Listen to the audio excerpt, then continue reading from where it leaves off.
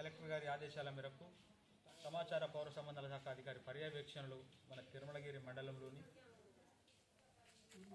మన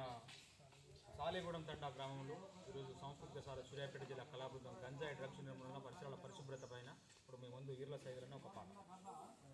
వద్దొద్దు గంజాయి ప్రాణం తీస్తుందయో, అటుకుంటే